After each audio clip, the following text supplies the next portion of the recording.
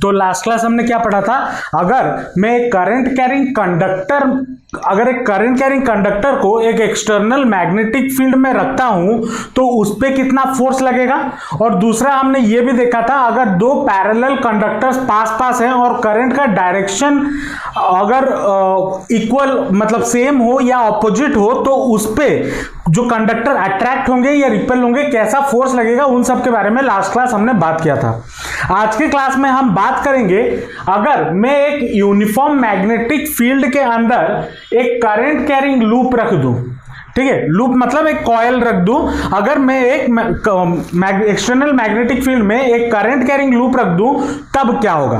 अब ये जो टॉपिक है, ये जो चीज है, ये हमने छोटे क्लासेस में भी पढ़ा हुआ है, डीसी मोटर करके, अगर याद हो डायरेक्ट डीसी मोटर छोटे क्लासेस में हमने इस चीज को पढ़ा हुआ है, ठीक है। हम उस पे डीसी मोटर के डिटेल्स पे नहीं जाएंगे, लेकिन जो प्रिंसिपल है उसको आज के क्लास में हम पढ़ेंगे, ठीक है। और इसी के रिलेटेड कुछ क्वेश्चंस भी 2-3 करेंगे ताकि कॉन्सेप्ट अच्छे से क्लियर हो जाए। चलो तो स्टार्ट करते हैं।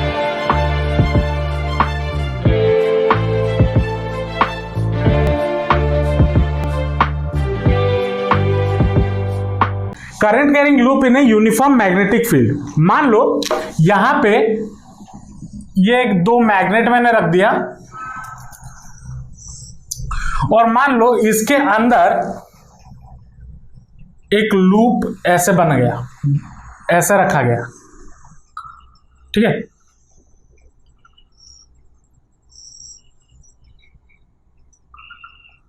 इसमें से करंट ऐसे जा रहा है आई, ये आई, ये आई और इधर से वापस आया करंट आई, ठीक है। ये उसका एक्सिस हो गया, ये हो गया नॉर्थ पोल, ये मान लो हो गया साउथ पोल, ठीक है। ये आपका सेटअप हो गया। मतलब क्या है, 2 परमानेंट मैग्नेट साइड में रखे गए हैं और बीच में मैंने कॉइल रखा हुआ है और उसमें करंट पास कर रहा है और ये कॉइल फ्री टू रोटेट है अलोंग दिस एक्सिस, ठीक है। अलोंग दिस एक्सिस ये फ्री टू रोटेट है, मतलब कहीं पे फिक्स्ड नहीं है ये कॉइल। अब इसमें क्या कहानी हो रहा होगा, पहले इसको समझते हैं। अच्छा, उस पे जानने से पहले यहां पे एक चीज जो लिखा हुआ है, इन्हें यूनिफॉर्म मैग्नेटिक फील्ड।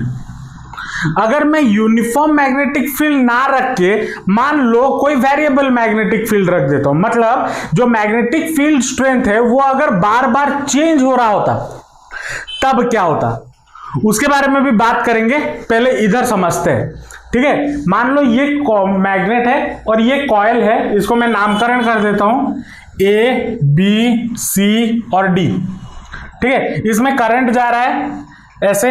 अब ये जो चारों आर्म है, मतलब A B, B C, C D और डी ए, इस मैग्नेट और करंट चारों आर्म में जा रहा है और इस मैग्नेटिक फील्ड की वजह से इन चारों पे फोर्स लग रहा होगा या नहीं लग रहा होगा।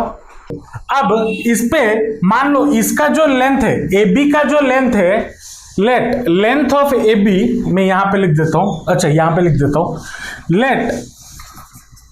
Length of A B is equal to A और length of B C is equal to B, ठीक है। और let I current is passing या let I current is flowing through the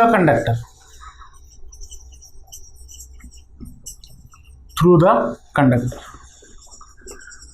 अब हम यहां पे मैग्नेटिक फील्ड का डायरेक्शन कैसे है, नॉर्थ टू साउथ होगा ना, नॉर्थ टू साउथ। अब यहां पे हम फोर्स का डायरेक्शन निकालते हैं, लेफ्ट हैंड रूल निकालो, फादर मदर चाइल्ड है ना, फादर मदर चाइल्ड। अब यहां पे फादर मदर, मैग्नेटिक फील्ड कहां से कहां जा रहा है, नॉर्थ टू साउथ, ऐसे जा रहा है। करंट कैसे जा रहा है, ऐसे जा रहा है, तो ऐसे जाएगा मैग्नेटिक फील्ड ऐसे, करंट ऐसे, तो फोर्स किधर, बोर्ड के अंदर की तरफ, मतलब फोर्स इधर ऐसे लग रहा होगा, एफ लग रहा होगा या नहीं लग रहा होगा। अब यहां पे देखते हैं BC पे कैसा फोर्स लगेगा। मैग्नेटिक फील्ड कैसा है, ऐसे ऐसे है, और करंट कैसे जा रहा है, इस डायरेक्शन में, मतलब ऐसे ऐसे कुछ, और फोर्स किस तरफ लग रहा होगा, मैग्नेटिक फील्ड ऐसे और कॉइल ऐसे है। अब देखो 2 डायमेंशन में है तो कॉइल लग रहा होगा इस डायरेक्शन में करंट है, नहीं, मैग्नेटिक फील्ड ऐसे है तो करंट इधर जो होगा फादर मदर चाइल्ड, करंट इस डायरेक्शन में जा रहा होगा, ठीक है, इस डायरेक्शन में जा रहा होगा। तो फोर्स कैसा लग रहा होगा, बाहर की तरफ, मतलब कुछ इस डायरेक्शन में। अब आते हैं CD में करंट कैसे जा रहा है, नीचे की तरफ, और मैग्नेटिक फील्ड ऐसे, तो इधर फोर्स कैसा लगेगा, बाहर की तरफ। तो फोर्स कैसे लगेगा, इधर बाहर की तरफ, मतलब ऐसे F। और अगर हम यहां पे देखें DA, तो father mother child, magnetic field ऐसे है, करंट इस तरफ है, तो करंट इस तरफ जा रहा है, तो फोर्स कैसे ऐसे होगा, मैग्नेटिक फील्ड ऐसे, करंट ऊपर की तरफ, तो फोर्स बाहर की तरफ, मतलब कुछ ऐसे लग रहा होगा। समझ में आया चारों का फोर्स कैसे निकाला गया। चलो, अब अगर फोर्स लग रहा है तो ये कॉइल मूव करना चाहिए या नहीं चाहिए। अब देखो फोर्स ऑन BC और AD ये सेम लाइन ऑफ एक्शन पे लग रहे हैं, तो और इन दोनों का जो फोर्स होगा वो इक्वल होगा और ऑपोजिट होगा, तो ये दोनों फोर्स तो कैंसिल हो जाएंगे, होंगे या नहीं होंगे। Force on BC and AD are equal and opposite, hence they cancel each other,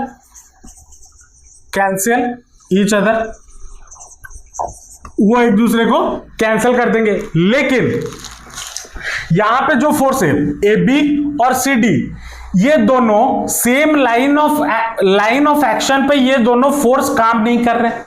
same line of action के वजह से ये दोनों जो फोर्स है ये सेम लाइन ऑफ एक्शन पे नहीं लग रहा, और सेम लाइन ऑफ एक्शन पे अगर फोर्स ना लगे तो उसमें कौन सा मोशन नहीं होगा, उसमें लीनियर मोशन नहीं होगा। तो एज फोर्स, या फिर ऐसे लिख दो FAB एंड FCD आर या do not lie on same line of action,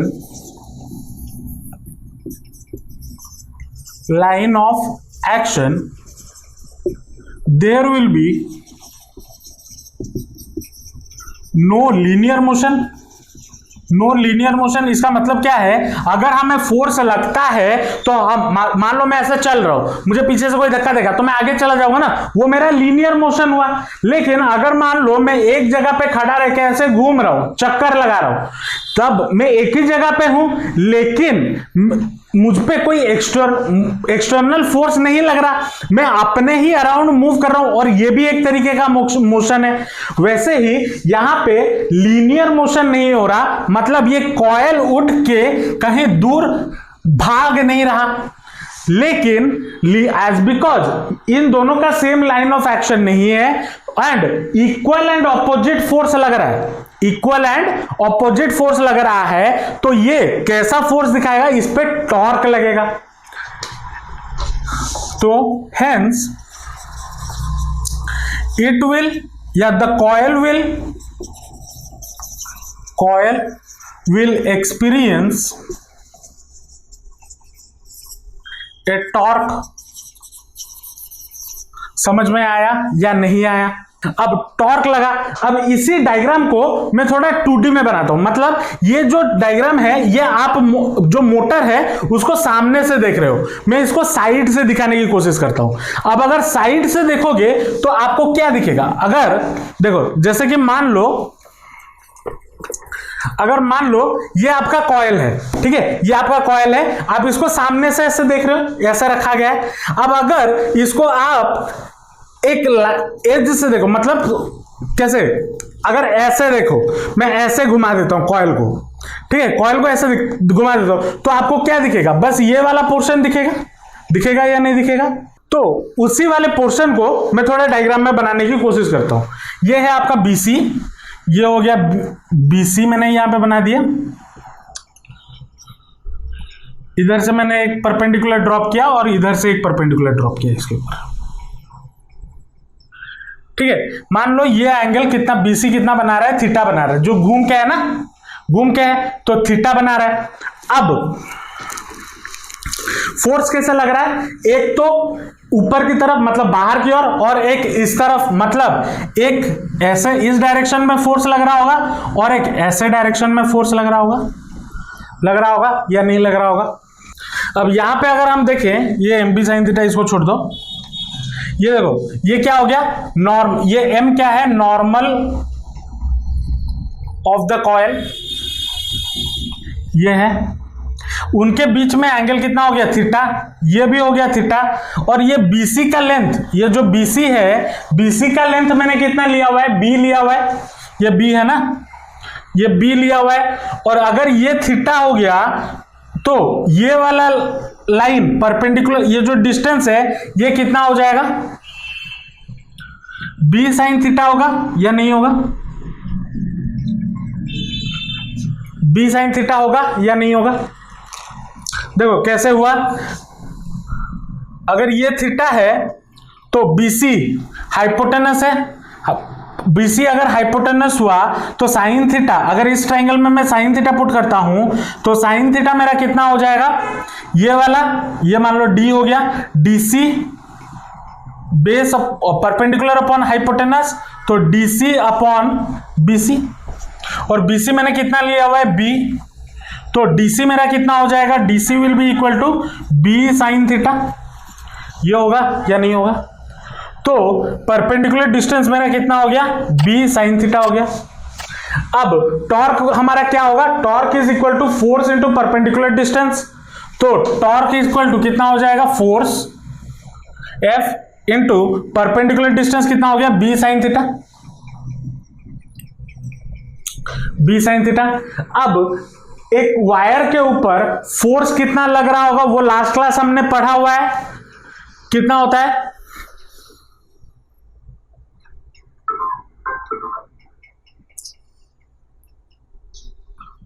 इस पे फोर्स कितना लग रहा होगा? ये वाला है ना, इस पे फोर्स कितना लग रहा होगा? फोर्स कितना लग रहा होगा? ILB फॉर्मूला था, हाँ, तो आई एल क्या होता है? लेंथ, लेंथ कितना है? ए बी का, A B into B sine theta, ये होगा या नहीं होगा? अब अगर हम यहां पे देखें, ये हो गया आपका कितना?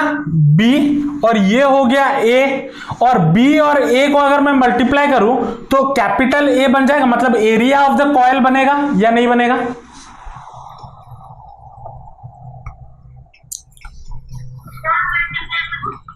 ये स्मॉल a को अगर मैं इसका लेंथ और इसका लेंथ मल्टीप्लाई कर दूं, ये रेक्टेंगल अगर है, इसका लेंथ और इसका लेंथ अगर मैं मल्टीप्लाई करूं तो मुझे एरिया ऑफ द कॉइल मिलेगा या नहीं मिलेगा?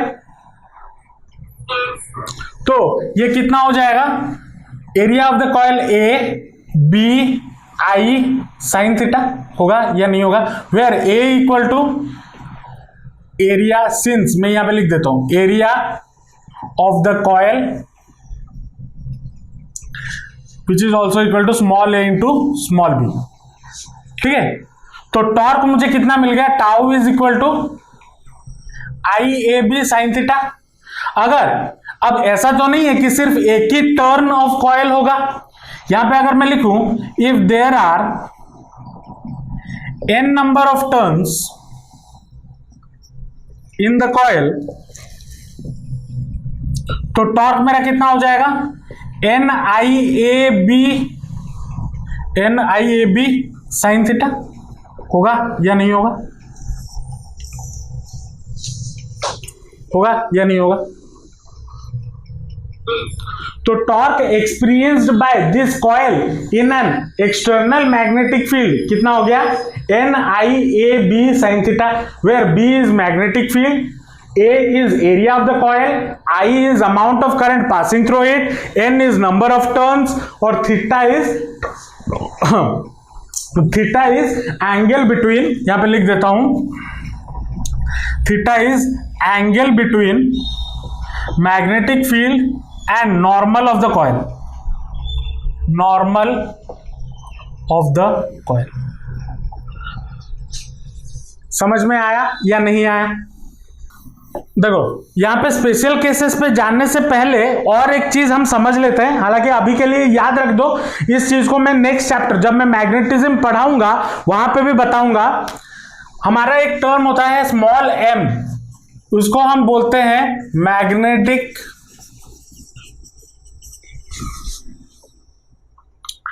मैग्नेटिक मोमेंट, ठीक है। जैसे इलेक्ट्रोस्टैटिक्स में हमने पढ़ा था इलेक्ट्रिक डाइपोल मोमेंट पढ़ा था ना, इलेक्ट्रिक डाइपोल मोमेंट, वैसे ही मैग्नेटिज्म में भी मैग्नेटिक मोमेंट होता है जिसको हम स्मॉल m से रिप्रेजेंट करते हैं, और small m is equal to क्या होता है, NIA होता है, ठीक है। इस चीज को हम नेक्स्ट चैप्टर जब मैग्नेटिज्म पढ़ेंगे वहां पे मैं पढ़ाऊंगा, स्टार्टिंग 1-2 क्लास में पढ़ाऊंगा, ठीक है। तो अभी के लिए फिलहाल याद रख लो m is equal to NIA, और ये m क्या होता है, मैग्नेटिक मोमेंट होता है, और देयरफॉर हमारा जो टॉर्क होगा वो कितना हो जाएगा, MB sin थीटा हो जाएगा। और as because torque is a vector quantity तो torque is equal to M cross B हो जाएगा, ठीक है। ये आपका वेक्टर फॉर्म है, वेक्टर फॉर्म, ठीक है।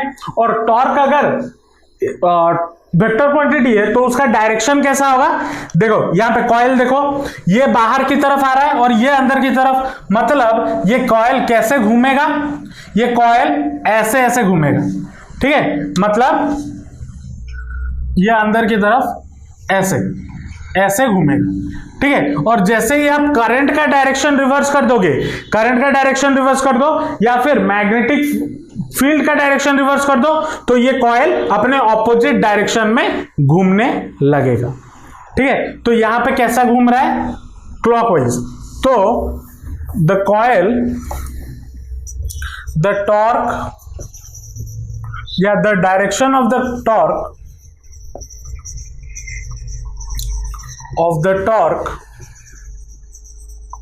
is in clockwise direction,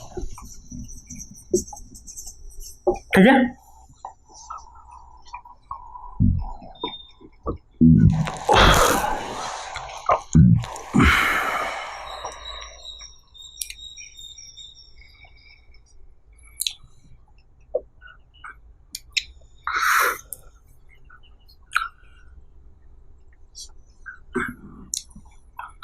चलो अब यहां पे कुछ स्पेशल केसेस देखते हैं, ठीक है। स्पेशल केसेस में क्या होगा, स्पेशल केसेस में पहला स्पेशल केस जो है वो है टॉर्क मैक्सिमम कब होगा, टॉर्क मैक्सिमम कब होगा, जब थीटा मेरा कितना हो जाएगा, थीटा मेरा 90 डिग्री हो जाएगा। थीटा 90 डिग्री मतलब क्या होगा, अगर मैग्नेटिक फील्ड और कॉइल एक दूसरे से परपेंडिकुलर हो जाए, मतलब इसको समझना, मान लो ये आपका कॉइल है, ठीक है, ये आपका कॉइल है और मैग्नेटिक फील्ड मान लो इस दीवार से निकल के इस दीवार पे जा रहा है।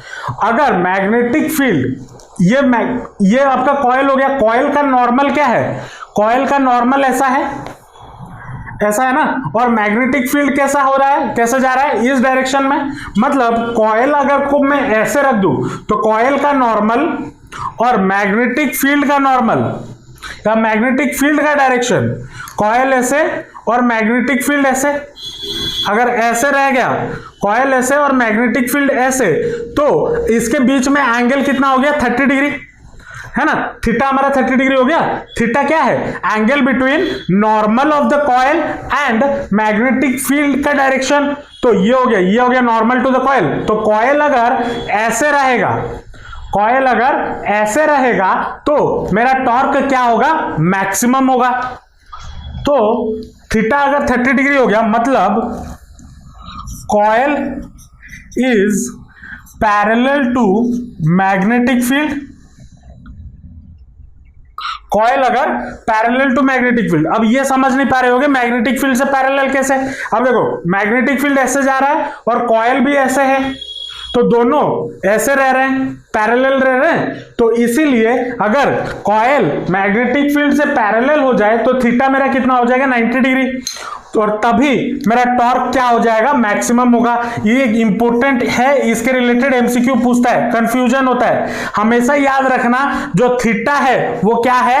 Angle between normal of the coil to and the magnetic field present, उनके बीच का एंगल है। कॉइल और मैग्नेटिक फील्ड के बीच का एंगल नहीं है, ठीक है। तो तब टॉर्क मेरा क्या होगा? मैक्सिमम होगा।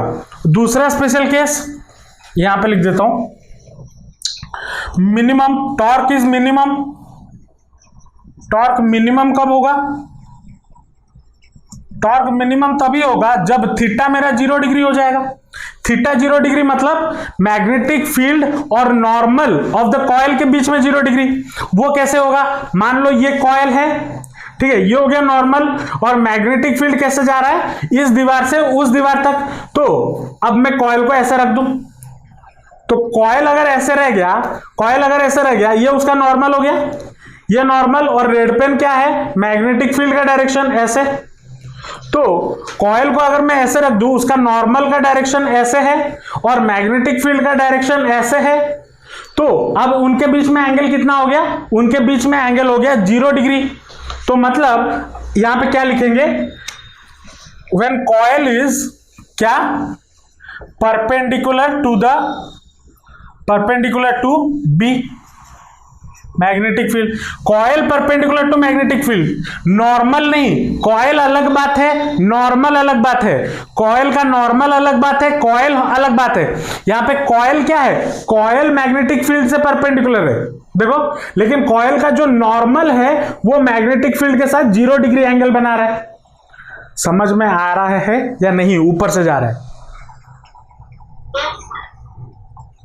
तो इसको याद रखना।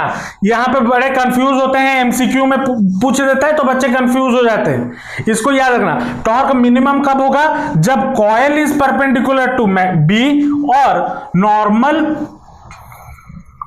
Of coil is parallel to B. ये दोनों कंडीशन में टॉर्क मिनिमम होगा, ठीक है। और यहां पे टॉर्क मैक्सिमम कब होगा? जब coil is parallel to B and normal of coil is perpendicular to B, ठीक है। इस चीज को याद रखना बच्चे, यहां पे बहुत कंफ्यूज होते हैं और बहुत गलतियां इधर करते हैं। इसी फॉर्मूले को यूज करके बाकी क्वेश्चंस करने हैं और कुछ नहीं। मैं सोचा था आज कुछ क्वेश्चंस करूं, लेकिन पता नहीं तबीयत क्यों सही नहीं लग रहा। बाद में इसके रिलेटेड क्वेश्चंस करेंगे, ठीक है। और टॉपिक भी एक ही है। इसके बाद आज का वीडियो थोड़ा छोटा था, पता है, I am sorry for that. और एक ही टॉपिक मैंने पढ़ाया क्योंकि आज के मैं नहीं चाहता आज के वीडियो में मैं गैल्वेनोमीटर को भी जोड़ूं। गैल्वेनोमीटर को हम अलग से पूरे क्लास में, पूरे वीडियो में हम गैल्वेनोमीटर को पूरा खत्म करेंगे, इसलिए आज छोटे से वीडियो से काम चला लो।